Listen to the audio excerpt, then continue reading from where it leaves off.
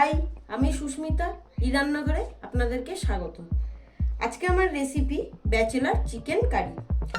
এটি বানানোর জন্য আমি এখানে নিয়ে নিয়েছি 1 কেজি চিকেন, সাথে নিয়ে নিয়েছি 250 গ্রাম পেঁয়াজ, নিয়ে নিয়েছি আদা রসুন। এখানে আমি আদা রসুনটাকে একটি গ্রেটারে গ্রেট করে রেখেছিলাম। তার থেকে আমার এখানে 2 চামচ আদা বাটা আর 1 চামচ রসুন বাটা হয়েছে। আমার এখানে আমি একটি সিক্রেট মশলা নিয়ে নিয়েছি এই চিকেন কারিতে দেওয়ার জন্য। এই সিক্রেট মশলাটি কিভাবে বানাচ্ছি আমি আপনাদের কাছে শেয়ার করছি।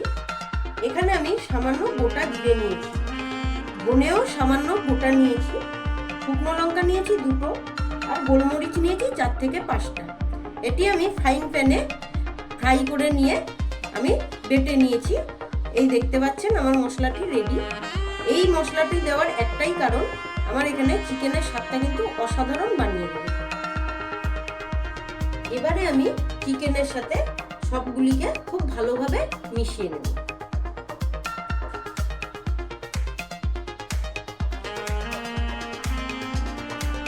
এখানে আমি আদা নিয়ে নিলাম, রসুন নিয়ে নিলাম, নিয়ে নিচ্ছি পেঁয়াজ,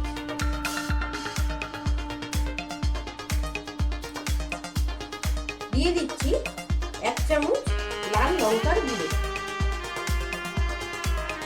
দিয়ে দিচ্ছি আমার সিক্রেট মশলা, দিয়ে দিচ্ছি 1 চামচ লবণ, দিয়ে দিচ্ছি 1 চামচ হলুদ গুঁড়ো, আর সাথে দিয়ে দিচ্ছি কাশ্মীরি লঙ্কার গুঁড়ো 1 চামচ। এখানে আমি চিকেনটি মাখানোর জন্য 50 গ্রাম তেল নিয়ে নিচ্ছি।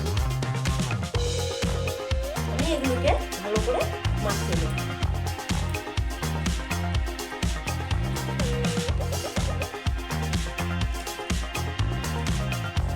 আপনারা চাইলে এখানে দইও ইউজ করতে পারেন। যেহেতু আমি ব্যাচেলারদের জন্য এটা স্পেশালি বানাচ্ছি, তাই আমি খুব অল্প পরিমাণে সব দিয়েছি এবং খুব কম সময়ে যাতে এটি হয় তার জন্য আমি দেখাচ্ছি।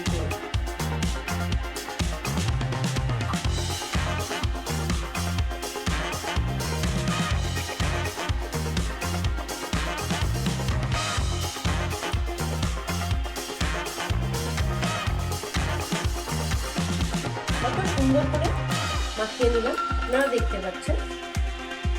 আমি কড়াই বসিয়ে দিয়েছি ওভেনে। এবার আমি এখানে 50 গ্রাম সর্ষের তেল নিয়ে নিচ্ছি, কারণ আমি মাংসর সঙ্গে 50 গ্রাম তেল নিয়ে নিয়েছিলাম।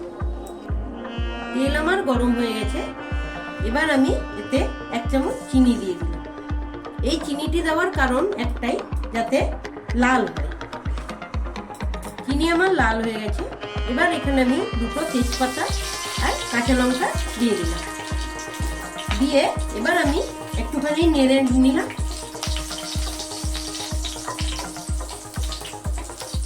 এবার আমি চিকেনটা দিয়ে দেবো এর মধ্যে।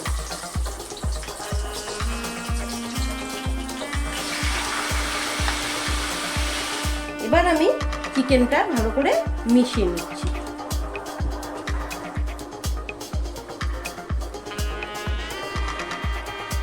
খুব অল্প সময়ে কিন্তু আপনারা এটি বাড়িতে বানিয়ে নিতে পারবেন। স্পেশালি ব্যাচেলার যারা আছেন তারা কিন্তু খুব সহজেই রান্নাটি করে নিতে পারবেন বাড়িতে।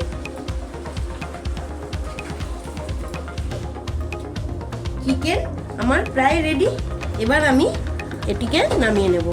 আপনারা যদি ঝোল খেতে পছন্দ করেন তাহলে আপনারা অবশ্যই জলের পরিমাণটা বেশি দেবেন, আর যদি কেউ মনে করেন কষা খাবেন তাহলে আপনারা কম দেবেন। আমরা একটু ঝোল কমই খাই, তাই আমি অল্প করে জল নিয়ে নিয়েছি। আপনারা দেখতে পাচ্ছেন কত সুন্দর চিকেন কিন্তু রেডি হয়ে গেছে। এবার আমি নামিয়ে নেব। আপনারা দেখতে পাচ্ছেন আমার চিকেন কমপ্লিট।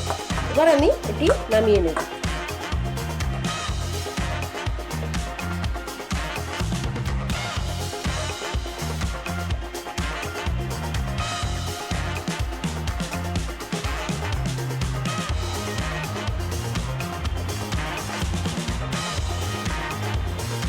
আমি এবার একটু টেস্ট করে দেখে নিচ্ছি আমার মাংস কেমন হয়েছে। আপনারা দেখতে পাচ্ছেন মাংস কত নরম হয়েছে এবং কত সুস্বাদু হয়েছে, দেখতে পাচ্ছেন।